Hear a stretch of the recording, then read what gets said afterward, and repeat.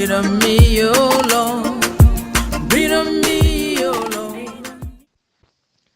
Shalom, shalom. My name is Apostle Leticia Maxwell Ngoy. I am the Revolutionist.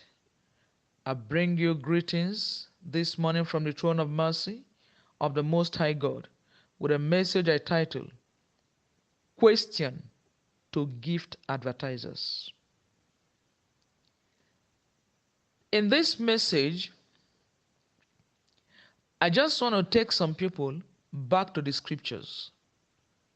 Like I always say, the Bible is written and can never be rewritten. We are not going to tear any part of the Bible away to write things to suit some people in the way they choose to do their things. Because most people knows the scriptures, but I think sometimes they feel offended in their hearts on the way some part of the scriptures is being written. And I feel that some of them may wish that there is a way the Bible can be readjusted. And I think that is already a speculation, because there is a particular Bible we got to know right now. They've deleted like about 64,000 words on it, and some reasonable of verses, number of verses completely disappeared, and people are still buying such stuff. So they are trying to adjust things the way it is. I mean, to suit them and the way they do their stuff. I am just trying to remind, or rather ask a question to some of our brethren, some churches, some pastors, because the one that bothers me most is when I see pastors, actually the ones who are the agents, or who are rather not, let me not use the word agent, who are the ones that are completely guilty of this offense I am talking about. The issue of advertising gifts, even in the church.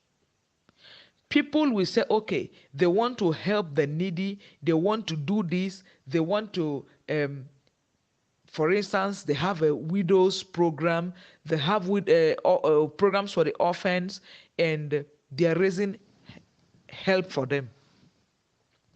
They come to the church. I think I stand to be corrected, because I'm also learning. But when I look at the book of Matthew, chapter 6, and I read it, I begin to think otherwise. Matthew chapter 6, let's look at it from verse 1 to verse 4. I think it should be okay for what we want to look at now. Verse 1 says, "Take heed," I'm reading from King James, "take heed that ye do not your alms before men, to be seen of them. Otherwise, ye have no reward of your Father which is in heaven."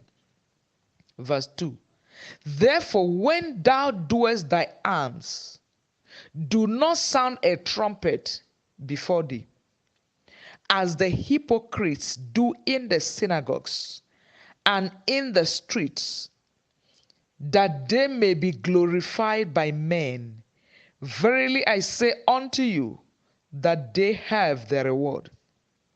But when thou doest alms, let not thy left hand know what thy right hand doeth, that thy alms may be in secret, and thy Father which seeth in the secret himself shall reward thee openly."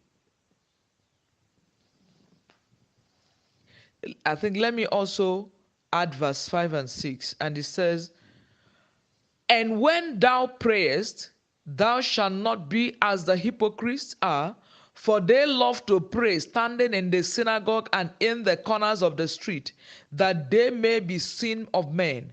Verily I say unto you, they have their reward. But thou, when thou prayest, enter into thy closet, and when thou hast shut thy door, pray to thy Father which is in the secret, and thy Father which sitteth in the secret shall reward thee openly. Praise God. I don't think these scriptures, these verses we read, I don't think it needs too much interpretation. The Bible that I have says that when we want to give, it should be in the secret. It said even that our left hand should not know what the other one is giving. What does it mean? We should not go about, he said we should not go about blowing trumpets. Somebody may say, I gave something. Did I blow trumpets? In fact, this generation is becoming too irritating by the day. Honestly. It is too sad. Go all over the television, you see pastors advertising on television. They are broadcasting, we are giving the orphans things today. I am doing this for this. They can put a carton of Indomie, a carton of a beverage, maybe before the little child is taking pictures, put on internet, began to distribute. For what purpose? I have seen many pastors in the church, in a whole full congregation. They can call out a man or a woman or children before the church. After advertising the person's problem to the whole church, you see, this person is suffering, this person is like this person is like that, but because of the heart of God, this ministry love God, we want to help the poor. In the presence of the, you give the person maybe 3 packets of biscuit or a few kilos of rice, and stand beside the child, the woman or the man or the family, and take picture. Oh God.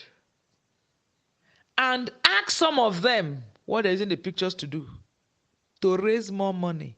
I want to tell you, I have a video I talked about on flesh investors. The devil is busy investing so much on people's flesh, and the devil is busy giving people orientation and a lot of ideas on how to expand in flesh. Some of them are making huge money with all this. They can go abroad or go any other place they think is the source of their finances. They go and present all those pictures that is the work they are doing for the Lord, the work they are doing, they are actually working so well, and that is the people they are taking care of. They give them a lot of money. They come back and give their victim packet of beverage. Do you need to go on air to advertise somebody's poverty and problems? And at the end of the day, maybe give them a bag of rice and tomatoes and maybe some cooking stuff to distribute after disgracing them on television, advertising their poverty and their problems. I witnessed one incident one time. In fact, not just once, a lot of times. All these things, the Bible say There is no reward for it. There are some churches now, they put money in an envelope and begin to give to people, taking them pictures and put them on camera. They keep appreciating, thanking the man of God, thanking the woman of God, thanking the church of being very nice, giving them money, so amount of money. They can run the advert for a whole year. You people are a disgrace. You have turned the church of God to look like a arts movie theater. The Bible say you have no reward. Why will you give a thing like that can actually change somebody's life and not be rewarded? The question I have to ask is, do you read the scriptures? Do people like this see this verse of the Bible where it is written in the book of Matthew chapter 6, verse 1 to 6? Have you seen such thing? Have you read such scriptures before that said you should not advertise? I know that some people will say, okay, we're trying to create awareness. I also want to understand that there are some times you need to create awareness of maybe a situation, and you are asking people to actually help on that situation. That is a different thing altogether. You can meet somebody in a situation, all you alone cannot help. You are soliciting for assistance for those people. When you make it open, that's nothing wrong with it. But when you are ready to help somebody, you know you can help, you begin to run a lot of advertisement. There are some people, they are giving people food. You see, we have cooked food for them. They've been hungry and we're giving them food. Excuse me, do we need to know? That should be your private dealing with God. A woman told me that she was surprised. She went to a particular church in Lagos, a Redeemed Church in particular. He said at the end of the service, he saw some leaders talking to some people, beckoning them to move. She did not even understand what was going on. She now asked somebody, what is happening? He said they have some things to give to some widows. And they are moving them, separating them in batches they gave to them. The woman's surprise was that she had been in that church, a member of that church, pastoring for almost 20 years or more. She never knew that such a program was going on. They give secretly. They don't come to advertise. So she came back to this place and was telling me as shocked that she never knew. She only left where she was and visited them, and during the program, she saw that people were giving things and it was not advertised. That particular one, there was no advert. Widows were collecting their things and prayed to God and went home. And I said to myself, I didn't know actually that there is still any church of that magnitude who can still do things secretly and nobody's clapping for them. I said, anyway, I think that is what emulating, that one alone, even if they are wrong in any other thing, I think this one is what emulating. Why can you not just give somebody something and allow the person to have peace?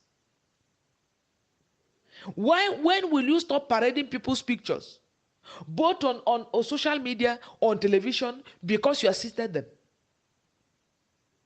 If God decides to use you as a vessel, what is the problem with that? You want to become a god or God himself that they will be worshiping because you gave them a carton of Indomie, a carton of noodles. And such people, every year they will remind you, when you needed help, you came here and we assisted you. And so what? That's why they will remain a slave for life, because you assisted them. And so what? These are the things God is warning us about.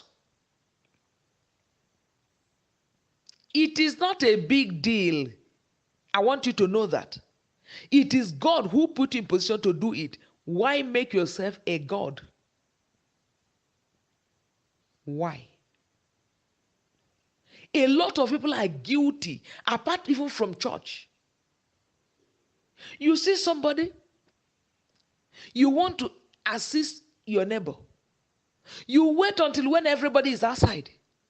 You come and announce you are trying to help them. And if not you, they would have died. Who said that to you? The Bible told us that even if men refuse to serve the Lord, he will raise stones to worship him. After all, people don't know that even stones, birds, plants are worshiping God. So if you refuse to be a help, somebody else will be raised as a help.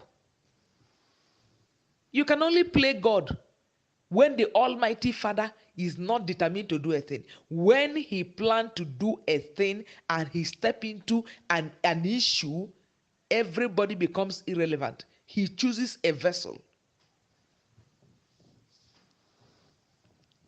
We should be very careful. Many people are going to die. They have helped thousands of people. The world know. And the people they helped like that succeeded through them. But when they get back to the Father will say, oh, sorry, you have received your reward on earth. You have no reward. What do you choose? I think people should deal with pride and arrogance. You want to be famous. Some pastors now are not arrogant. Do you know how many cars I have given out? In fact, I have given out about 25 cars. It becomes something to boast about. And you see most of them competing to be the one who is giving out the most cars. What madness? What nonsense? I think we should give our life to Christ. I think we should give our lives to Christ. Because all these things are simple evidence of not knowing God. Come on. If you know the Lord, there are certain things you will not do. Knowing him is not knowing him by name, but knowing what he stands for. That is knowing the Lord.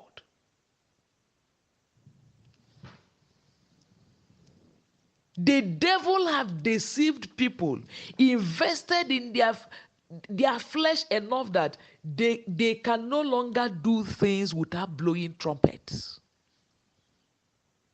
You are a pastor, you are a believer, you are a Christian, you are paying school fees for somebody's child. Oh, the whole world is going to know. I am the one who is paying their school fees. If not me, the children would have been at home. I am the one. I suggest you shut up. Shut up when you still have time. You need to shut up. If you're such a person, keep quiet. Anything we're doing in this respect must be done with humility, must be done as a service to God, not even to the people you are giving. Even my Bible says, do something to someone who will not even be able to tell you thank you. That is when you're working. And the Lord said that something you do for the poor and the needy is like you are lending him money. Imagine when you lend God money. When he's going to pay you. He's not going to pay. He himself called it lending. He's not going to pay you with cheap money. He's not going to pay you below what you have given. When God wants to pay you, when you lend to God, He's going to give you more than what you ever bargained for. So understand it. But I also want to say something that is very critical here. If I am not a preacher, I will never be a member of the church of any pastor who advertise people on the television and the radio with their names, put them placards on their neck, put posters on their front with their names written boldly on it, and the gift given to them in the church, parade them in lines, Sunday after Sunday, showing the whole world. I will never be a member of such a church. Ask me my reasons. That is spirit of seduction. They want to woo people to the church. That is the strategy the devil is using. In most places, he has strong foot. Anyway, he has a strong hold. That is one of the strategies. Many people run to the place because, oh, that church is helping people. The pastor there is helping people. When will this generation of Christians be wise? When are they going to open their eyes and understand what is happening? They are running helter-skelter. Wherever you go there, the pastor is giving people money. The pastor is helping a lot of people. He's sponsoring people. Oh, this and that, let us go there. May God have mercy on you. Those places, may the Lord open your eyes. You may not want to go there. I remember a particular man of God. He's used to giving people money, even pastors. He's one man of God. Let me use the word man of God because that is what he said he is. A lot of pastors go there. They say when you see him, there is no way you can see him. He does not give you something. But let me tell you, the Lord took me to that realm, opened my eyes to see what he's doing. In the spirit, he gives them money. But the money he gives them, he takes away their destiny, and the money is being reduced in value. Such money becomes useless in their hands. He takes away the main thing that belongs to them. Go and find out most of the people that particular preacher in quote and prophet had given money. Find out how their ministry is working. It will shock you what you will see. And then that revelation, he was coming also to give me money. I rejected that money, and he said to me, "You are very wise. All these other pastors are fools." Really. But that is where gifts are being given. It is true to give. When you are trying to teach and you're trying to bring examples to encourage people to do what you're doing that is good, there is a way to go about it. Not the way our people have decided to go. I'll stop here for now. But it is a time for us to go back in the secret place of the Most High God to really understand the heartbeat of our Father, the God we claim to serve. My name remains Apostle Leticia Maxwell Ngoy. Subscribe to my YouTube channel and get other of our messages, the revolution movement that the Lord have committed unto me and my husband, Hal Ngoy. Remain blessed. Send me a message to my personal message to my box through my website, leticiamaxwell.com. May the Lord be with you. I love you. Amen.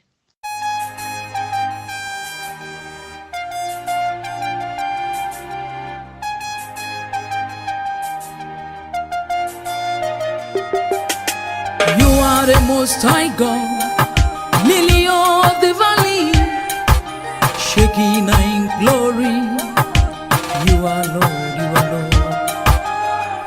Lord, you are